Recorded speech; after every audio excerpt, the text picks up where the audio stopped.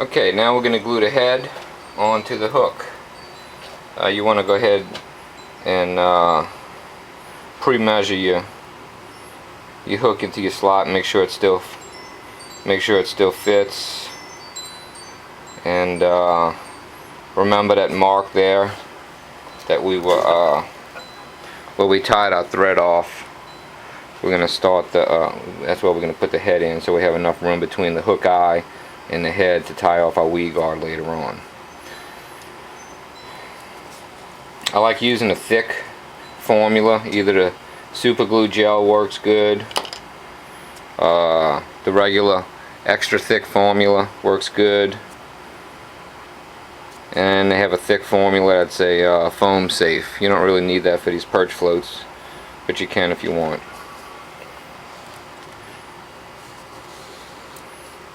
Go ahead and just run a bead of glue into the hook slot.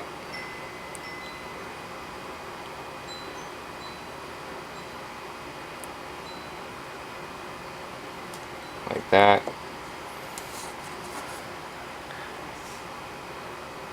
Lining up your thread wraps with the front of the face.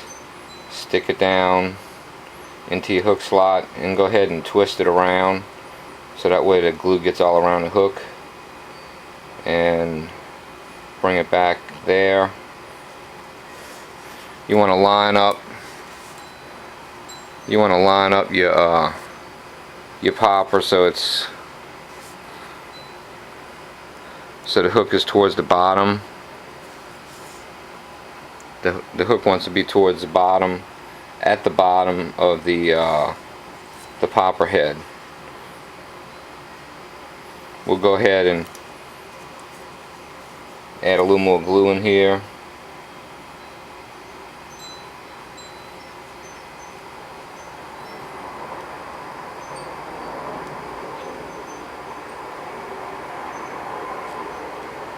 Like that. Take your glued body and hang it up to dry.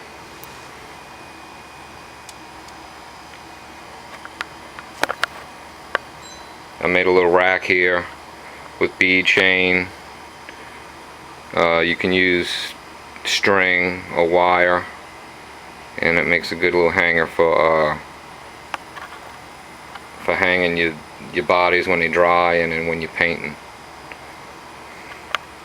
For the tail, the synthetic material, my favorite is this fuzzy fiber or kinky fiber. It's a little stiffer than the EP type fibers, but it's not as stiff as the old synthetic hairs. I use the Danville's Flymaster Plus thread still.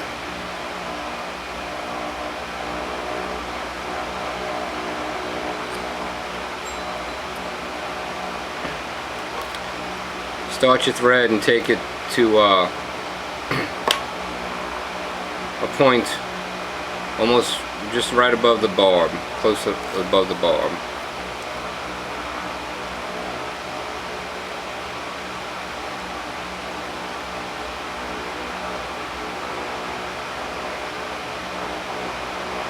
I use about this much hair,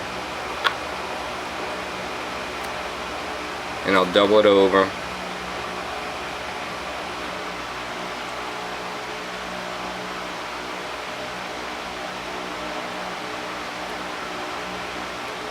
Cut it in half like so, and then double it again. Keep my finger there to keep the two bunches separated, because I'm going to use one bunch for this fly, and I'll set this bunch aside for another fly.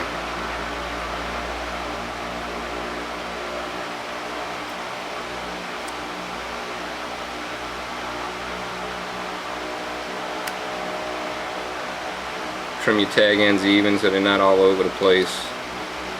I like putting a wrap of thread over the material like that, and then pull it down to the shank.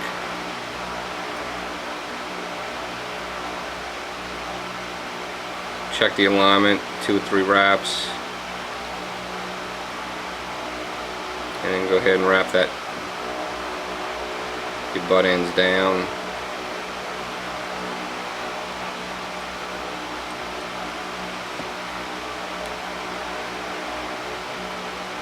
And whip finish.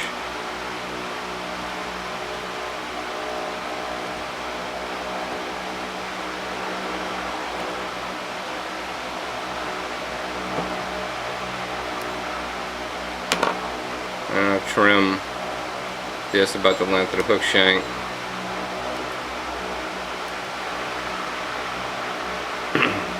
And there's your tail. Now you're ready to put your Mylar tubing on. For the Mylar tubing, I like this triple extra large. I get that from Cascade Crest Tools. I believe it's called the saltwater Mylar tubing. You pull it across. It's about a 1/2 inch.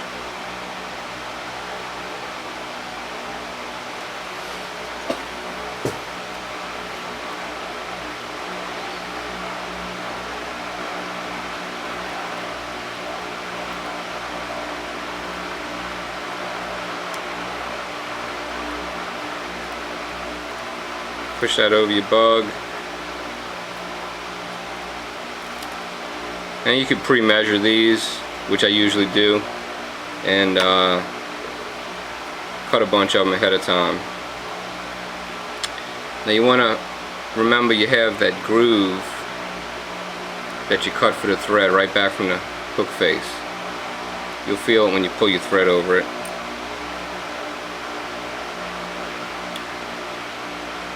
Kind of start up, put a little bit of tension, and you'll feel it slide right in. 1, 2, 3. I'll secure it with three wraps, then I'll take my tag in, pull it forward, and cinch that down with 1. Oh, it looks like I missed the groove there on the bottom.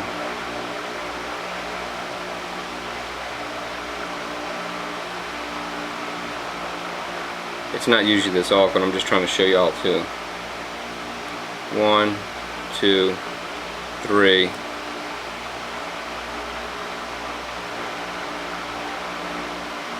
And then you want to whip finish.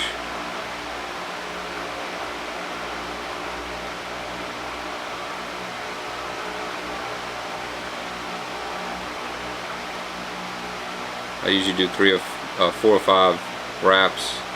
Pull it tight. Trim your thread, trim your tag in, and then you want to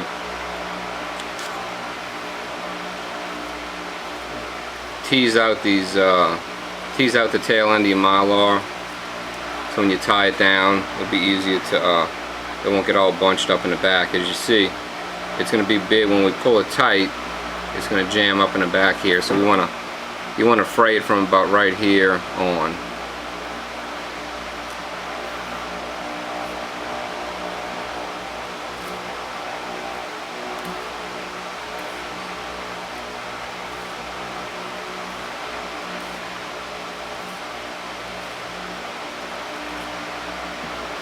What I like doing once I get it frayed pretty good is you can kind of see how the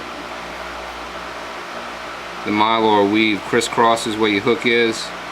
Kind of take this half and go this way, and the ones that should be over here, pull them that way. So you have kind of like a V, so when you pull it tight, it's nice and flat on the bottom. Now in order to get a good hold and a pull on that tail when I start my thread, I like wrapping it around my finger once or twice. Grab it with my index and middle finger, pull it tight, and start about at your hook point, a little bit back from your hook point. Wrap it once around, pull it tight, and then make about 8 wraps going towards the rear.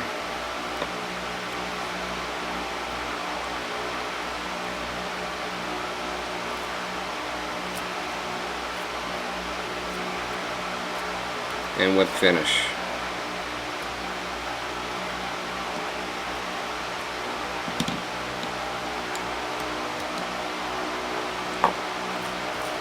Okay, you kind of fray these out a little more.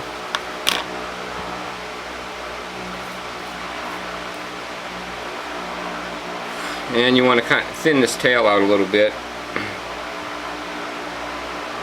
I use my flush cutters to snip a little bunch off the bottom.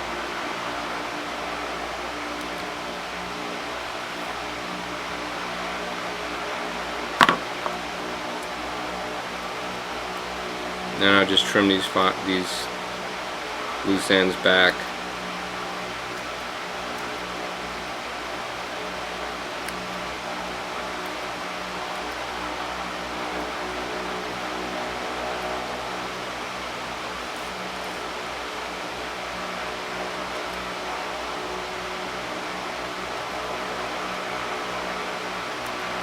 That's personal preference. Do what you want with that. Okay, now for the front end. You want to fray the front end. And you want to trim these loose ends at the front edge of your thread. A couple different ways you can do this. You could use a nail cutter.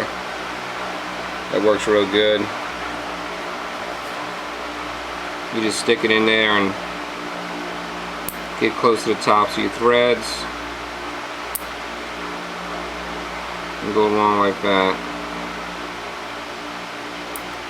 and trim those off. You could use your flush cutter also. Do the same thing.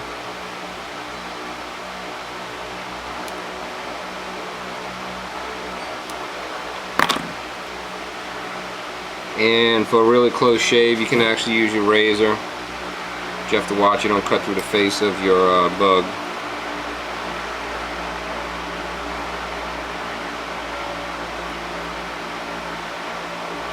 Or your thread.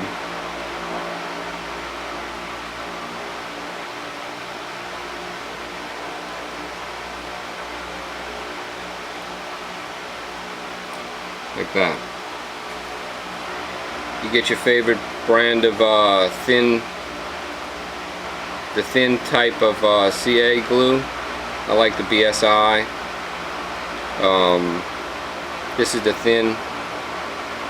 super thin formula, and you start at the back, tilt your fly forward, and put a couple drops on it back here, and it'll run up to the front. And it'll go in through that weave and really stick that bug together good. Stick that Mylar on there really well. If you have any excess like I do here, take a paper towel and just dab it off. Set that aside to dry.